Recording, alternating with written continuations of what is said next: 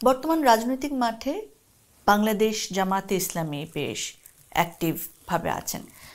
স্বাধীনতার বিপক্ষের শক্তি বলে আমরা তাদের জেনেছি, যদিও তারা বর্তমান সময়ে বলছেন তারা মুক্তিযুদ্ধকে ওন করেন, বাংলাদেশের স্বাধীনতাকে ওন করেন, এবং এই বিষয়ে তারা বেশ পজিটিভ।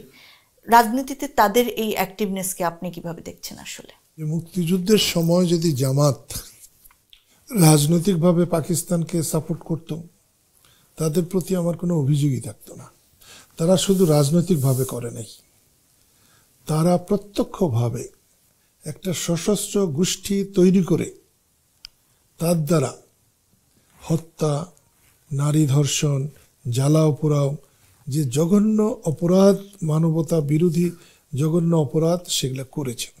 কিন্তু আজকে যারা আছেন বা নেতৃত্ব দিচ্ছেন, তারা প্রত্যক্ষভাবে সেই অপরাধের সঙ্গে জড়িত ছিলেন না। এবং এখন জামাত যারা করেন তার শতকরা 80% বাংলাদেশেই জন্ম তাদের। তাহলে আমার স্বাধীন দেশের সন্তান, তাদের তো আমার মতোই অধিকার থাকবে, আমার সমান অধিকার থাকবে। জামাতে ইসলাম যতক্ষণ পর্যন্ত মুক্তিযুদ্ধে তাদের অপরাধের জন্যে, তাদের পূর্বসূরীদের অপরাধের জন্যে একেবারে পরিষ্কার খালাস নিয়তে, যেটা আল্লাহ গ্রহণ করে, বর্জন করে, ক্ষমা না চাইবেন, তারা তেমন বেশি কিছু করতে পারবে না। কিন্তু ঢালাওভাবে আপনি আজকের সন্তানদেরকে আপনি স্বাধীনতা বিরোধী বলবেন, এটা খুব যুক্তিযুক্ত না। আর একটা দেশে স্বাধীনতার পক্ষের লোকই থাকে, স্বাধীনতা বিরোধী কোনো দল থাকে না।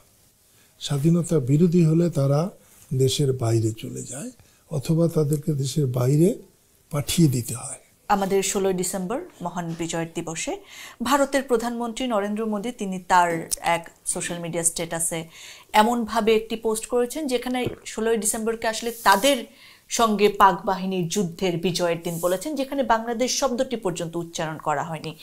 এই ব্যাপারটি নিয়ে আসলে কি বলবেন? নরেন্দ্র মোদী মুক্তিযুদ্ধের সময় কিন্তু খুবই ছোট মানুষ ছিলেন, একটা প্রভিন্সিয়াল এলাকার উনি নেতা ছিলেন। ঢাকা বিজয় করেছে মিত্র বাহিনী, ভারতীয় বাহিনী না। ভারত আমাদের মুক্তিযুদ্ধে যে সাহায্য করেছে, তার জন্য আমাদের 1000 বছর কৃতজ্ঞ থাকা উচিত, এবং আমি তো থাকবই।